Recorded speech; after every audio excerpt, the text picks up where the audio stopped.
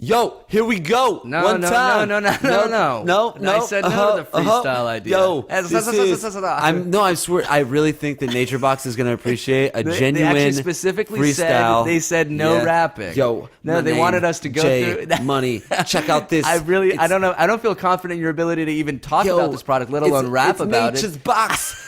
Get over here, because we got some locks. No, there's no locks. There's chicken pox, No. in this old box. No, yeah, there's no It's diseases. free food for you, dude.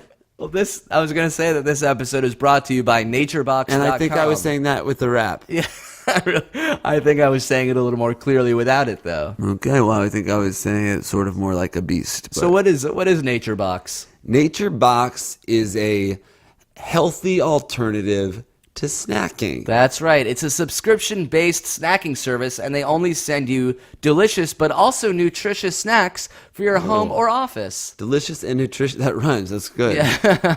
And it's affordable too. It's the price that you would pay for your terrible snacks. You give them as low as $20 a month, and they send you 5 snacks in the mail. They're honestly every better. month. Dude, they had the mesquite almonds. Yeah, the honey mesquite almonds were better than delicious Doritos. Yeah, and that's saying a lot. And the dried pineapple was better than Doritos. Yeah, all of it's better than Doritos. And the pistachios and one other day nut nuts. Doritos is going to want to sponsor the podcast and want us to trash talk Nature Box, but we won't do it. That's right, because we want no trans fats, no artificial flavors. We want delicious and nutritious and affordable snacks. So we go to naturebox.com. Now, what can we do for you? Well, if you go to naturebox.com and put in the coupon code if I were you, then we'll give you 50% off your first box. Yes. So you can get all actually, those. You can get 5 that's really snacks. good. Yeah, for $10. That's crazy. That's actually a really good deal, and it's not only a good deal, but it's a great way to support the show. Yes. You guys are often asking for sponsors that we can give to dudes as well as dudettes.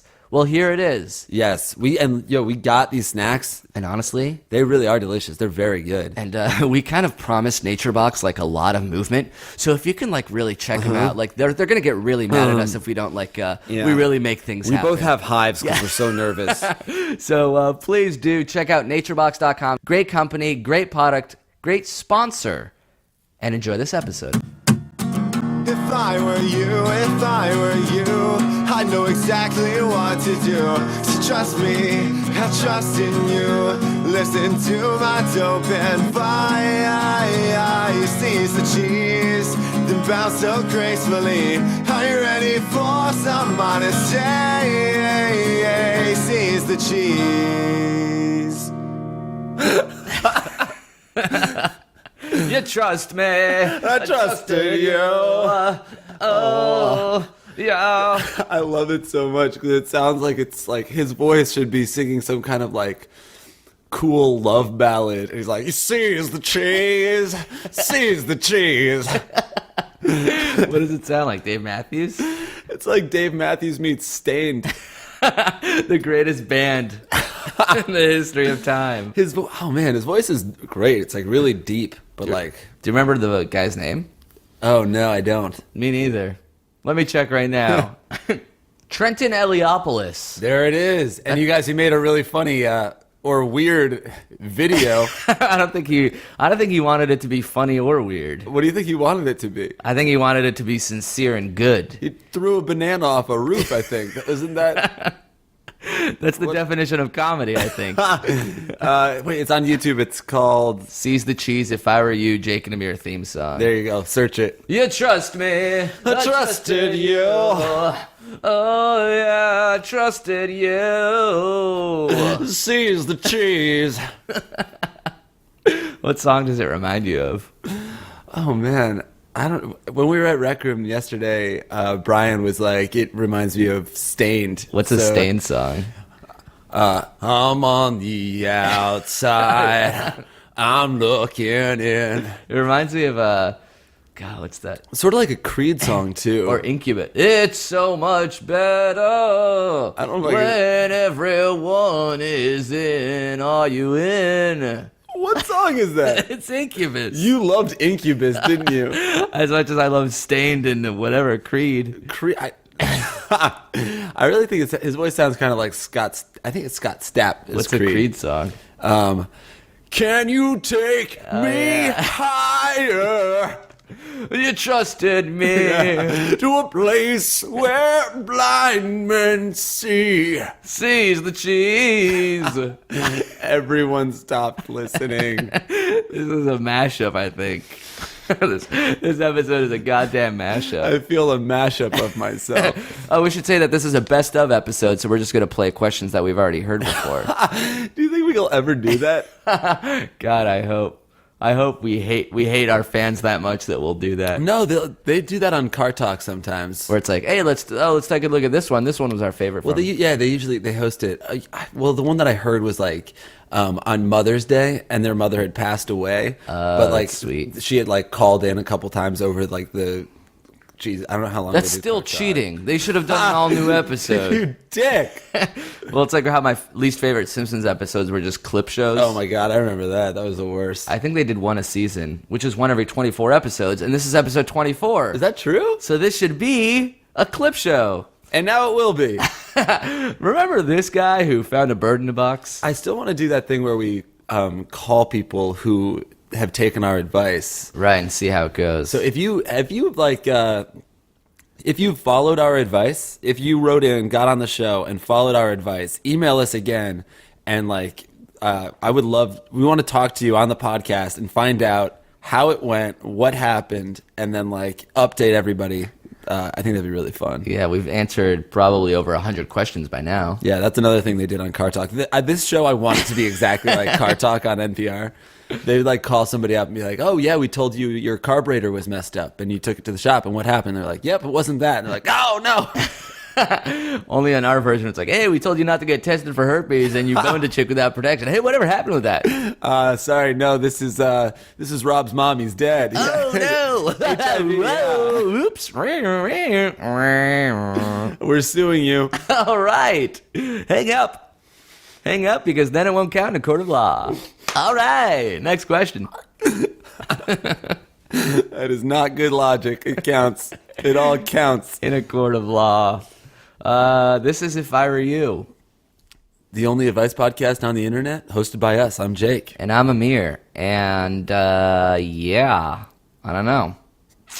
No, you know, right? I'm at a loss. I really am. No, now we have to do the podcast. I really am stumped.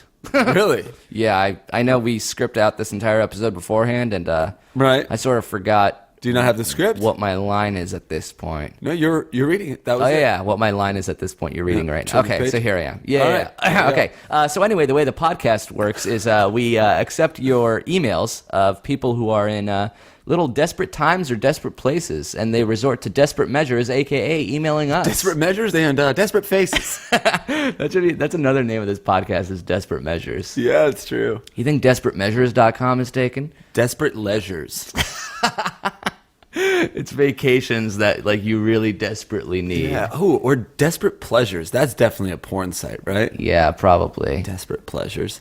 .com. I guess anybody going to a porn site is desperate for pleasure. Otherwise, you wouldn't be going to a porn site. Yep. So these people email us in with their, sticky situations, as we call them, and we do our best to advise them out of their terrible places. And that email is ifereyoushow@gmail.com.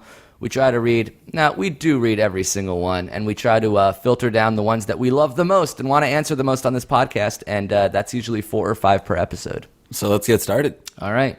We're going to give you guys a fake name to go along with your real email, so don't worry, nobody will know that it's you. For example, this one comes from someone that I'll call Macbeth. Macbeth. What do you think the theme of today's episode is?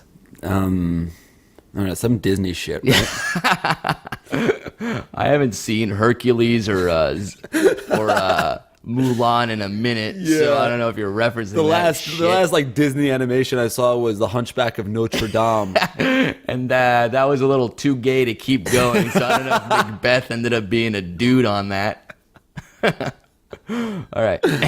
Hey guys, I'm from England, and I'm... Excuse you. I cleared my throat away from the microphone. Yeah, but it picked up, actually. Yeah, It really well- did. If anything, this is a bigger interruption, what you're doing right now. Hey guys, I'm from England and I'm kind of rich and went to a private school. I'm about to start university, and I haven't really socialized with many poor people before, and I'm worried I'll be awkward. Will people expect me to buy the drinks and stuff like that? Please help a brother out. Cheers, Macbeth. So, how rich is this guy that he doesn't know how to act around a person who's, I don't know, I'm worried that I won't be able to act around a normal or something. A poor. This does sound like a Disney cartoon. Like, I consider everyone a peasant. to me, I'm a prince and they're a pauper, and I don't know if I speak their language. I'm afraid I'll turn my nose up and throw change at some of these people on campus. For fear that I'll mistake them for a homeless pauper, I will throw a doubloon at them. Also, he said kind of rich, but it sounds like he's the richest person in the world. Much like Macbeth was in Macbeth. Oh, interesting. And he had a bit of a tragic downfall, didn't he? I don't know if Macbeth was actually rich. I don't even know if Macbeth was from England. Wasn't he the king of something else? I mean, I can't remember now. Damn it. I should have looked it up so I could appear as though I knew it all along. So you can appear smart. Are you okay? Excuse you. My phone just went off. How is that fair? Jake cleared his throat, and it was a bit of a distraction, and my phone's gone off, and it's borderline ruined the show. It's weird because I think my phone has never gone off during a podcast recording, but then I think, wait a minute, I haven't received a phone call in probably 3 weeks. You got a phone call? Yeah, I got a phone call. Who was it from? My friend Josh. Huh. Yeah. Shit. Damn it, I think I have to call him back. Yeah, I haven't heard Excuse from me. Josh in a goddamn year. Josh? No, impossible. That's just me listening to the voicemail. All right, so this guy, another funny line from this guy's email is that he's worried he'll be awkward. But when you're worried about this being a possibility, you probably will be very awkward. Yeah. I can't imagine how rich he is or looks that he thinks it's good. Like, are you walking around are you like wearing a king's robe and a crown? It's gonna be fine. King of Denmark, that's where Macbeth is from. Is that true? Yeah. All right, cool. Let people know I didn't look that up. Especially if I'm wrong. Yeah.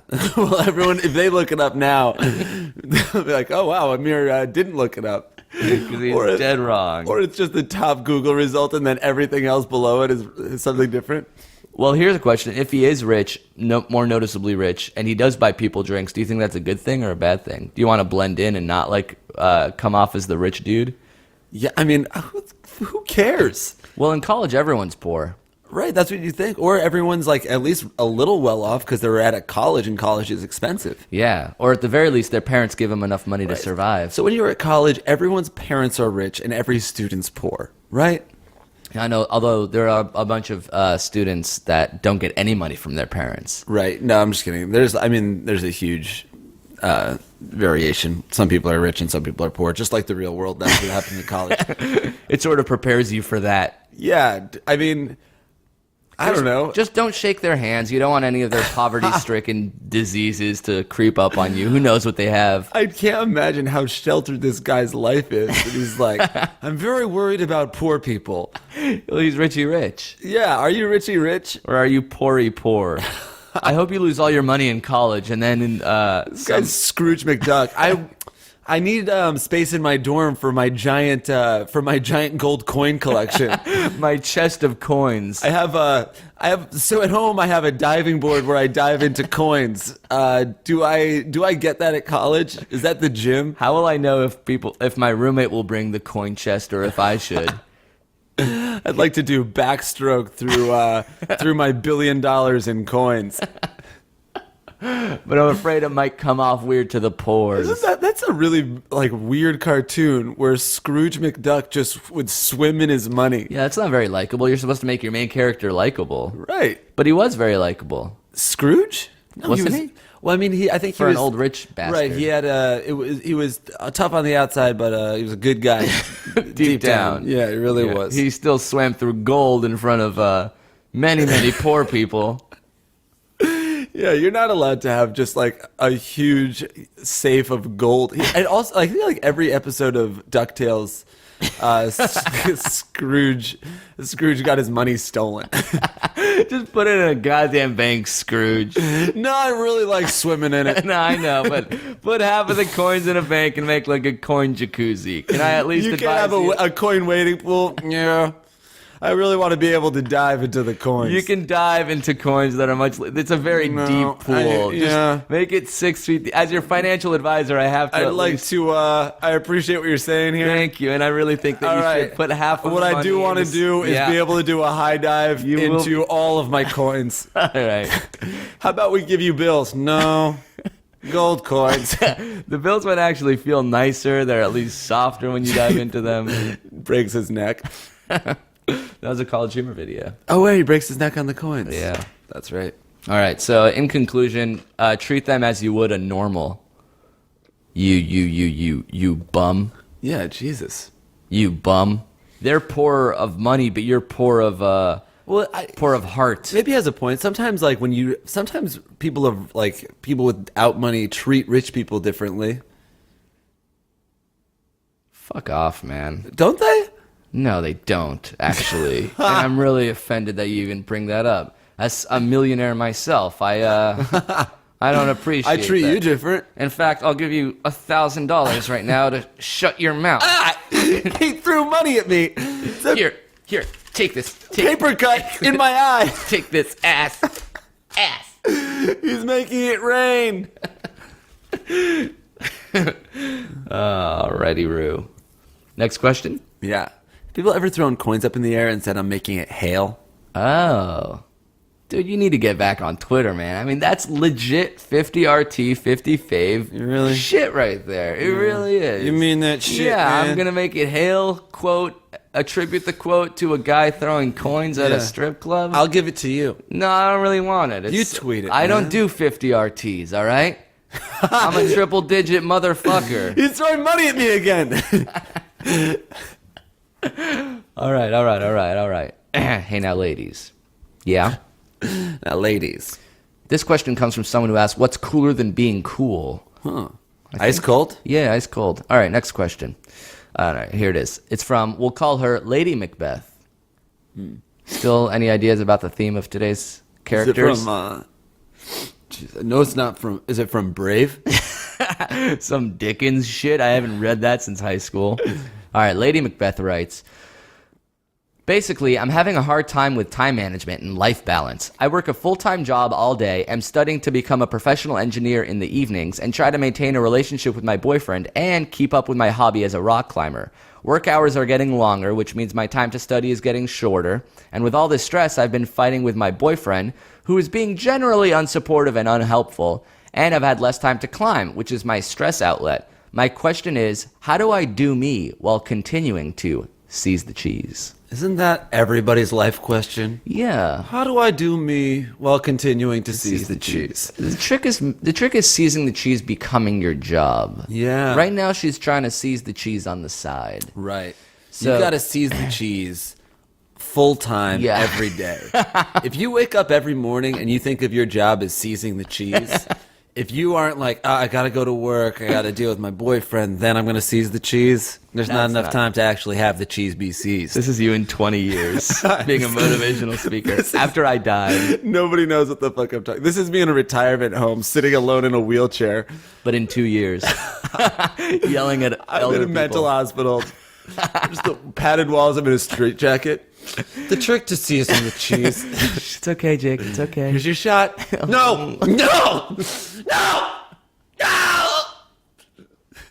See the cheese. My life is going to be hashtag dope.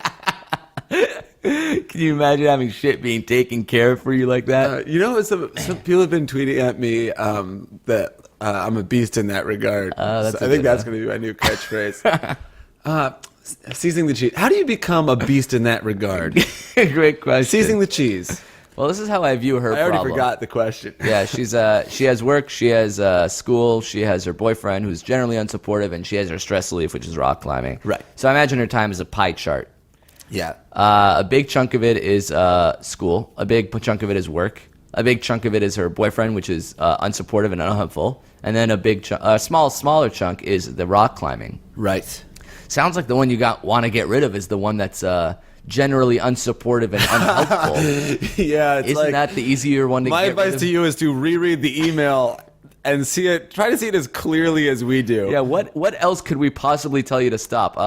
Work you have to do because that gives you money. Yeah, studying to become an engineer. Okay, that's good. You know what you're working towards is a job where you'll seize the cheese every single day. That's right. And So then so that's we're left with two things. One which was that you describe as a stress relief, Right. And one which you describe as generally unsupportive and unhelpful. Right. So- Has a mountain ever been unsupportive or unhelpful? When you send it, No. Yeah. You know what? You send that shit. so yeah, can you imagine if we were like, give up climbing? Yeah. So we want your life to be a perpetual cycle of school, work, unsupportive, unhelpful at night. And you just repeat So that why don't until do something you die. hard all day, Yeah. stress out all day, and then you can go home and sort of feel like you're untaken care of. So shake that bottle of 2-liter soda all day, and then when you come home, instead of squeezing the cap open, just have your boyfriend shake it up some more, go to bed at night even more stressed out, and then begin that process over and over until you die. Yeah, rock climbing's tough. Don't do that. Yeah, but who wants a stress relief when you can have a stress, period? Period. That's funny. Yeah, like, She should have her. She's probably on her period. yeah, that's, hey, chick, we appreciate that you think your boyfriend's unsupportive and unhelpful, but have you checked the monthly calendar? And maybe it's that time of the month for you. Odds are you're not on the mend, you're on the rag. Anytime I've ever been accused of being a jerk, I swear to God, I think that chick's on her period or some shit. If not her period, then like the days before it, because like a lot of it can like manifest. So there's like a 10-day. Every 4 weeks, there's 2 weeks where my chick is just like ragging it. Yeah, she's dude. ragging it Yeah, so man. hard. She really, and she's just PMSing and shit. And she'll admit it, but like not in the moment. She'll be Yeah. like, "Stop bringing it up. Don't say that it So was." because sometimes of I'll that." be like being a dick, and like Yeah. my girlfriend will call me out on it. I'm like, "Oh, you're PMSing." She's like, "No, I'm not on my period." I'm like, well, you're probably thinking about some time, like, "Oh, my period's coming up, so I'm in a shit mood," even And though that- it's nothing that I did. That happens. Yeah, Yeah. yeah. And then I'll pay her some cash. I'll give her a freaking like a purse or some shit from Chanel, and they'll fucking get over in a goddamn heartbeat. Yo, girls love Gucci, girls love Chanel, girls love Fendai. Girls love Fendai and Fendai Chanel. and Prada, okay? You gotta understand. And if they don't love that shit, if a girl doesn't like a Prada purse, then she's on the rag. If a girl doesn't like a Prada purse. I give a girl a Prada purse, I say, here's your tampon holder, babe. We have to stop. I feel like if anybody started listening in the middle of that and didn't realize that we were being assholes on purpose, they'd be like, I feel like you could show that part of the podcast to like some like asshole dudes would just love it. They'd be like, yes, these, like every Tucker Max fan. Well, that's our way of appealing to everyone. Oh yeah. Yeah, we like act as though Right. these people, so they don't realize that we're making fun of them. They love it, and then we're also appealing to people who don't like those people. Or everyone hates us because people who don't like those people are like, these guys think they're being funny, but that's actually a sexist bit. And then people who are actually sexist are like, these guys are making fun of us. Next thing you know, we have no listeners. Holy shit! I would so wait, yeah, where were we? Get rid of your boyfriend. Yeah. That way you won't need to rock climb as much because he won't be as stressed out. You'll get rid of more time than you need. Or you don't have to worry about like maintaining a relationship. You'll just be climbing. You love climbing, I love climbing, yeah. but you haven't done it in so long. I know because I broke my goddamn foot. And how does it feel now? To be perfectly honest, it still hurts. So I haven't been running or climbing, which are two things I like to do. But I also hated being on crutches and that rolling scooter so much that I'm afraid to go back to the doctor. You'd rather live the rest of your life like this than to spend 6 more weeks on a rolling scooter. I'd rather just wait until it gets a little more unbearable and go see the doctor and ask if something's wrong, which is what I did originally when I broke my foot. I waited for, February, March, April, May. I waited for 3 full months to go get x-rayed. And you were walking on a broken calcaneus heel bone. Yeah, I had a calcaneus fracture. And I was just walking on it. I basically got it to heal as much as it ever possibly would without a surgery. without just like, getting off it completely. And then I was like, oh, it still hurts. I don't know what to do. Went to the doctor. He's like, it's broken, it's fractured. Like, oh. Anyway, use this wheelchair for the next 6 weeks when you're in England and Iceland. No. Meanwhile, you had just spent 3 months at home anyway doing nothing. Yeah, because I couldn't really walk, but I would just like try everyone. Oh, whatever. Fuck me. I suck. Let's go. Let's get one last question in before our break. This one comes from McDuff. Oh. Simpsons. Duff Man. McDuff Man says a lot of things. What the fuck? I came back from a 2-month holiday in New Zealand to find a dead owl carcass in my bedroom floor. I have still not attempted to move it. It has created a pungent stench that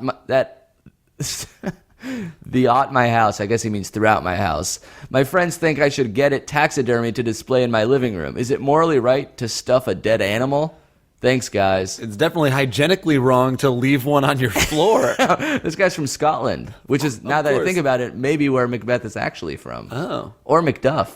I don't know. There's something thematically relevant. Either way, it's not morally wrong to stuff. It's morally wrong to stuff anything other than a dead animal. Right. A dead animal is the only thing that it's right to morally stuff. It's and chicks.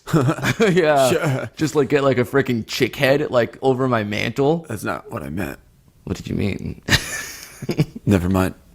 Is it morally wrong? Is that a thing that people who are really into animal rights are against? I think once the animal's dead, I can't imagine it being a problem. I feel like if you're against like hurting Cruelty. animals, whatever, it's like people hunt animals and then have them stuffed or mounted, so they're probably like against like that whole thing. Yeah, but if an owl died of natural causes, yeah, if you come across a dead owl, I can't imagine anyone has a problem with like slicing the back of its rib cage open, peeling it open like a book, and then putting in some sort of gauze until its torso is so stuffed full of that cotton that it's plastered in that petrified death state. Being a taxidermy guy must be like a taxidermist. Taxidermist, is that what it is? Yeah.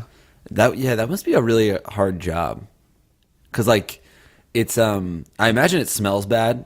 I imagine it's kind of disgusting, and then also you have to like be sure to seal up everything just to make so like the animal never smells bad. Yeah, that's hard. I bet every job except for ours is hard. Right. Yeah, like any real job. No, is it's hard. probably easy to be like a toll booth operator. No, but then what you're dealing with is the ennui of being so bored on a day-to-day basis that you can't imagine where one day ends and another begins. It's just so monotonous that your life. Professional golfer, that's easy. Oh, yeah, that one's tight. Yeah, I'd be down to do that if this podcast shit ever falls through. I'd be down to that rich golf. guy from question 1 is listening. He's like, what's a job? What's a golf? I only play polo and cash. I hunt man. The most dangerous game of all.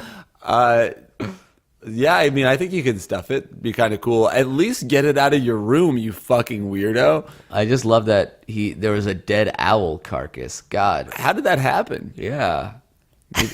Maybe owls want to go inside to die. That's beautiful. Yeah. We spend all our lives inside, and I'd love to be outside when I die. But yeah, an owl is just like, I want to be close to something. Exactly. An owl. For the first time in my goddamn life, I'd like to feel warmth, and I'd like to be safe. I'm like an owl in that regard. I'm nocturnal. I can't sleep at night. Yeah. And I would rather die in this guy's bedroom than live outside of it. Yep. I'm a lone owl, if you will, and I'm always asking myself, who am I? Who am I? Who will I love? Who's gonna love me? Who Let the dogs out? Who let the dogs out? You turned so quickly there. Yeah. Suicidal to Baja Man. Isn't that weird? And he's back. I can turn on a dime, but I can't get one. I can turn on the dime, and I can never look back. You know? That's why I'm fucking psycho. I'm liable to go psycho. Michael, take your pick. All right. Break time. Let me stretch it out. You guys can't tell, but Amir is pantsless, bent over, touching his toes. I really wish I weren't seeing this. I'm doing nude calisthenics. Stretching it out. We should talk about how I do every podcast in the complete buff. Yeah, complete buff. Because Amir, what you have to understand is that he drapes all of his clothes around his apartment so the sound doesn't bounce off. So I have nothing really to wear at this point. Every day is my laundry day. I wanted to talk during the break about how you got pulled over twice in a span of 24 hours. Yeah, it was this weekend was the Woodstock Comedy Festival this past weekend. College Humor had a show there. Josh Rubin, I mean, he helped put it on. It's his hometown. Yeah. So And Woodstock is great. It's like this very cute small town. yeah, it's like this awesome hippie town where like a lot of people went there in 1969 for the festival and never left. Yeah, and now they still talk about it. Yeah, it's cool. But it's really funky. It's in the Catskills, beautiful town. And you almost got arrested twice. Yeah, well, 3 times actually, if you consider the first day. Where the cops trailed the back of your truck and never pulled you over. Right, so I guess let's start there. I drove my truck up. Yeah. First day, day 1, we're taking like joy rides around the back roads because it's beautiful, perfect day. It was blasting music, and like there were 4 people in the back of my truck. Which isn't safe. No, it's illegal. You can't. It's click it or ticket. You know, you got to have seatbelts. So we went to this amazing reservoir, came back. We had like a 2-mile stretch on sort of this main route where the speed limit was 55. So I was like doing 55 with people in the back of my truck. But the back of the truck, you mean like the bed of it? The bed, open yeah. bed. Just people not allowed to be there. Cop starts trailing me. I'm like, oh, I'm getting pulled over, right? This is you were in the back of the truck, and you're like, do you have to pull over? I was like, his lights aren't on. I don't know what to do here. So I just kept on going exactly 55, the exact speed limit. Took a left off the route, and he just kept on going. Like, how? He was just taunting and teasing you. How am I that lucky? But that was just the prelogue to what was going to happen later that night. Right. So then that night, Maybe that gave us the power to try it again. right, I just felt so brazen. Felt like no one could touch me. You were invincible. So the next night we No, that night. that night after the show we celebrated. There was like a VIP after party. I should just say after party, not VIP. Like fuck me. There was an after party For very important people. for me.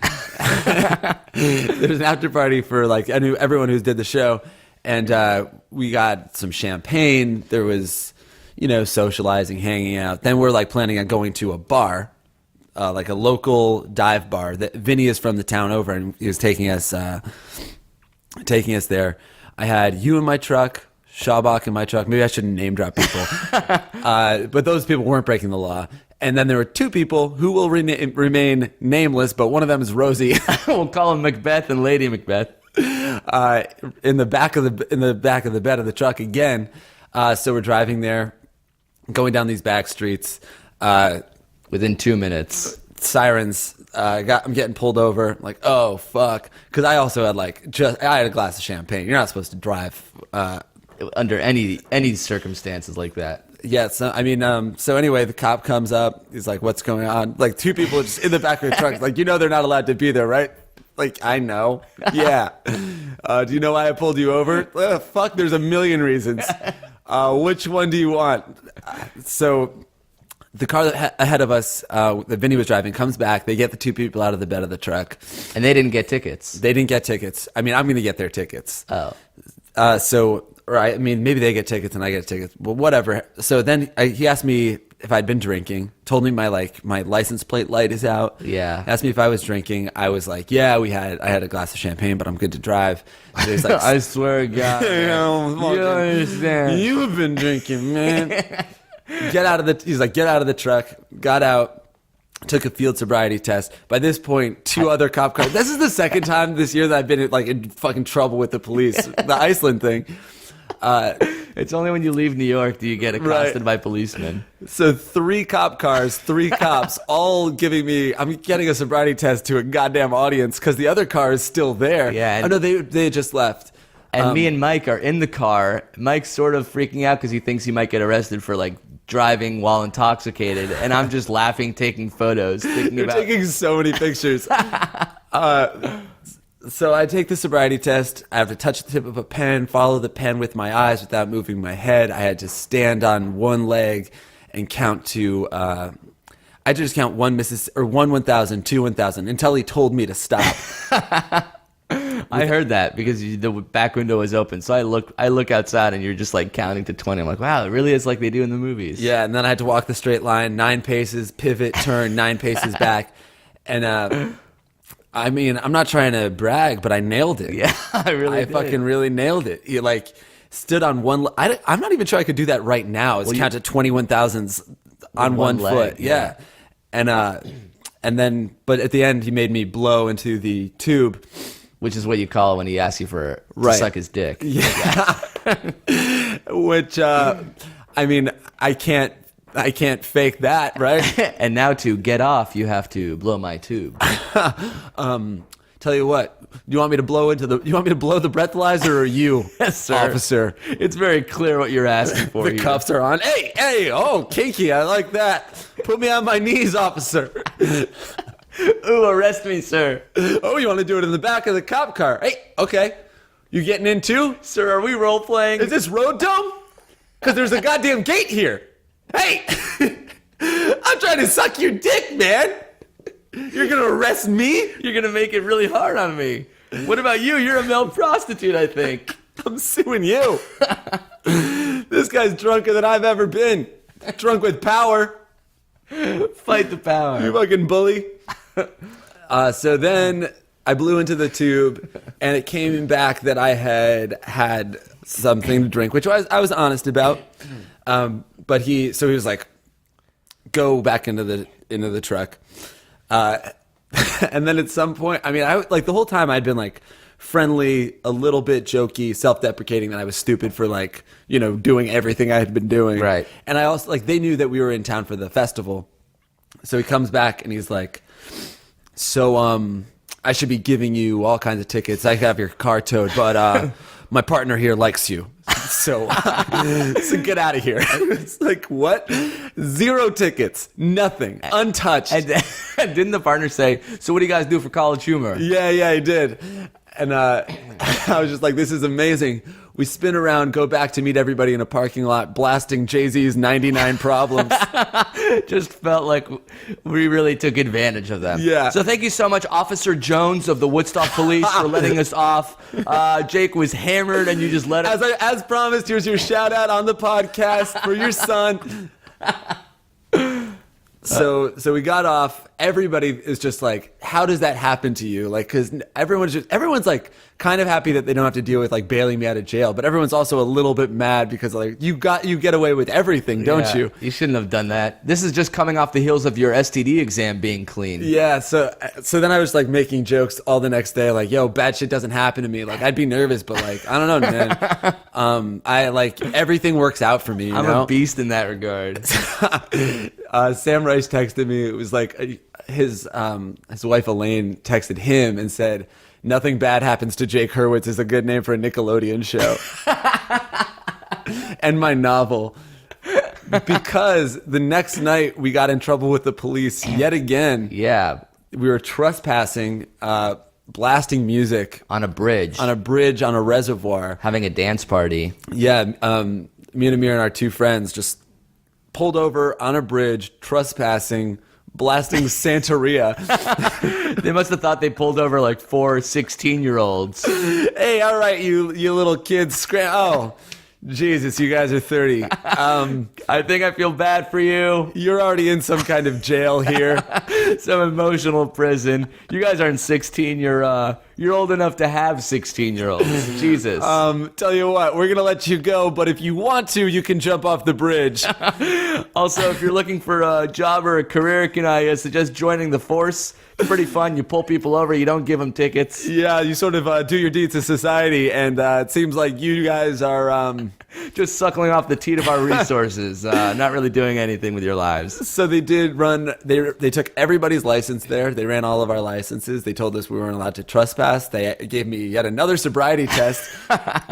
And then they came back to the window, and they were like, Here's what this is a written warning. A notice of warning. And it means nothing. There's no record of it. So what you can do with this piece of paper is have it framed. Or literally shove it up your ass. It is, as of right now, more meaningless than the actual paper it's printed on. They just told us not to come back and trespass that night. So we drove 100 yards up, pulled a Yui, left, yet again, blasting 99 problems. I said it would be funny if you just like drove right into a wall after that. Right off the bridge. Good night, America. Yeah, we'll see how smart you are when the K9 comes. I got 99 problems. No! And then, as a postscript to that whole story, Streeter got 3 tickets from the Woodstock police the very next day for not doing anything wrong. Yeah. He was like waiting at a McDonald's. He was like, yeah, he was waiting on a curb at a McDonald's to pick up friends who had all performed at the Woodstock Comedy Show for free to raise money for like charity. And Streeter got 3 tickets. Did nothing wrong. Nothing bad ever happens to Jake Hurwitz. And everything bad happens to Streeter Side Out. Those are the 2 shows that are on Nick at Night. All right. Good story. Yeah. Should we try to squeeze one more question in? The moral of the story here, though, is to not drive drunk and don't break the law. You have to understand only I get away with it. Yeah. Unless you're Jake, like, don't pull that shit. Right. But we should say that you weren't very drunk. You had 1 drink over the course of many hours. Right. I don't. And drive you passed 2 sobriety tests. Yeah, you don't drive drunk, kids. And if you're gonna drive drunk, be me. Yeah. Actually, I'd like to test out my theory tonight. I'm gonna have kick it up to 2 glasses of champagne. Champagne, here we go. All right, real quick, last question. Ready? Yeah, let's do it. This one comes from. Oh. Sorry, I'm just clearing my throat.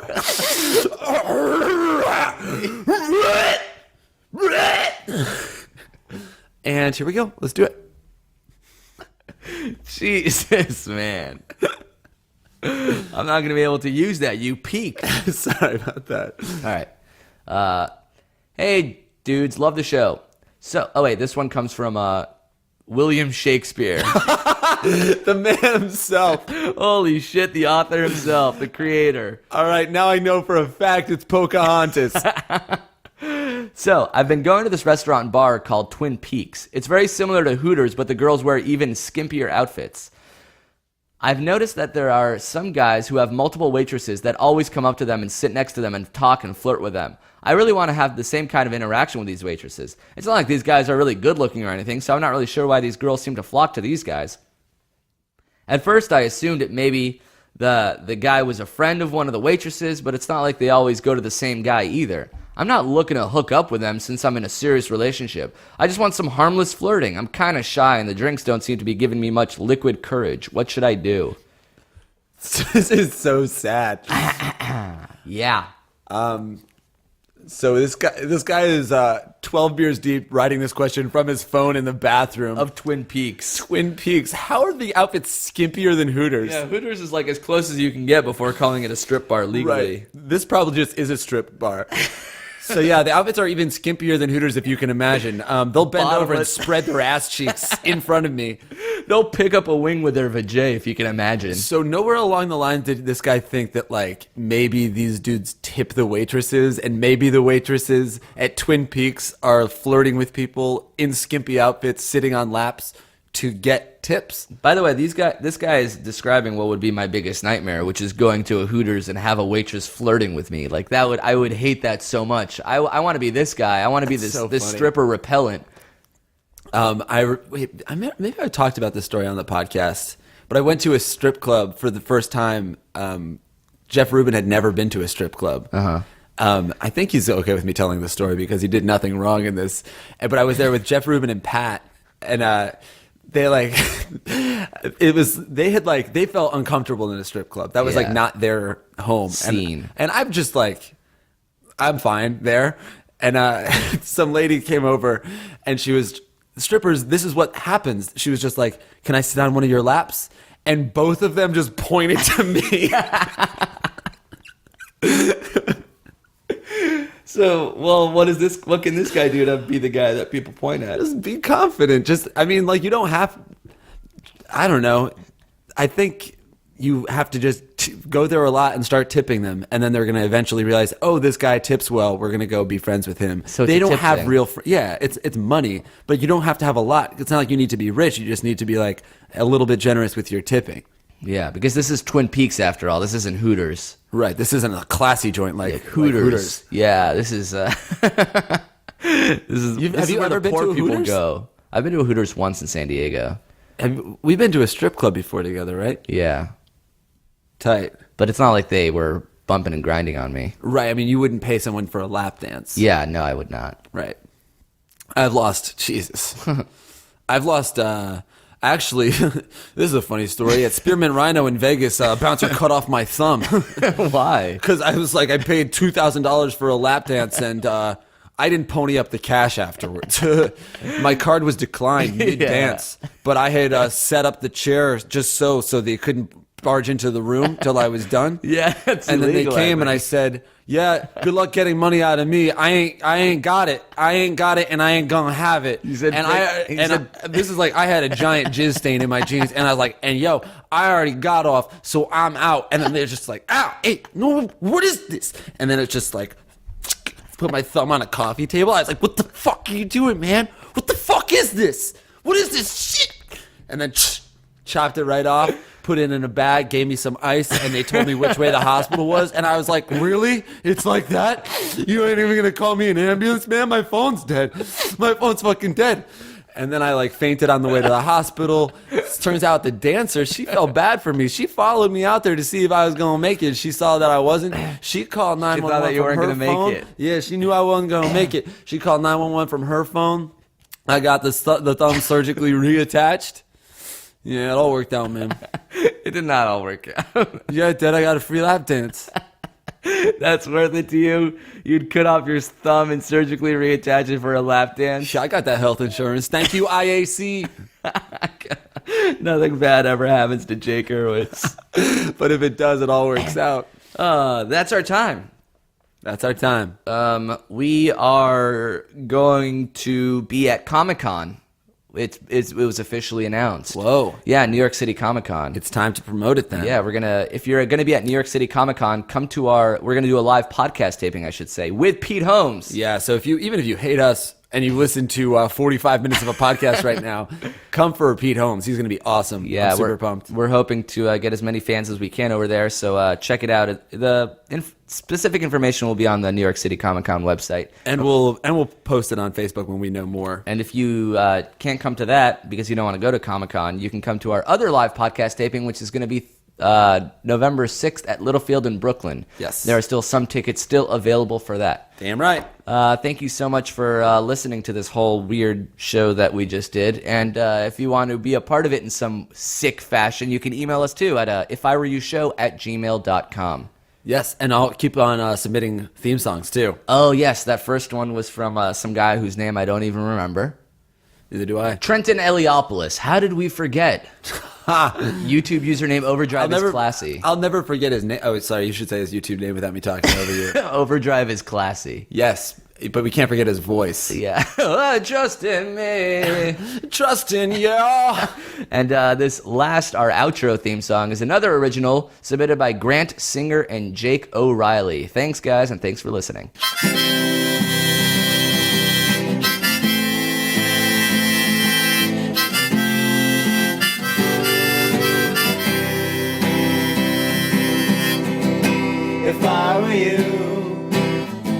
If I were you, I'd walk a mile in your shoes, and I'd have your shoes.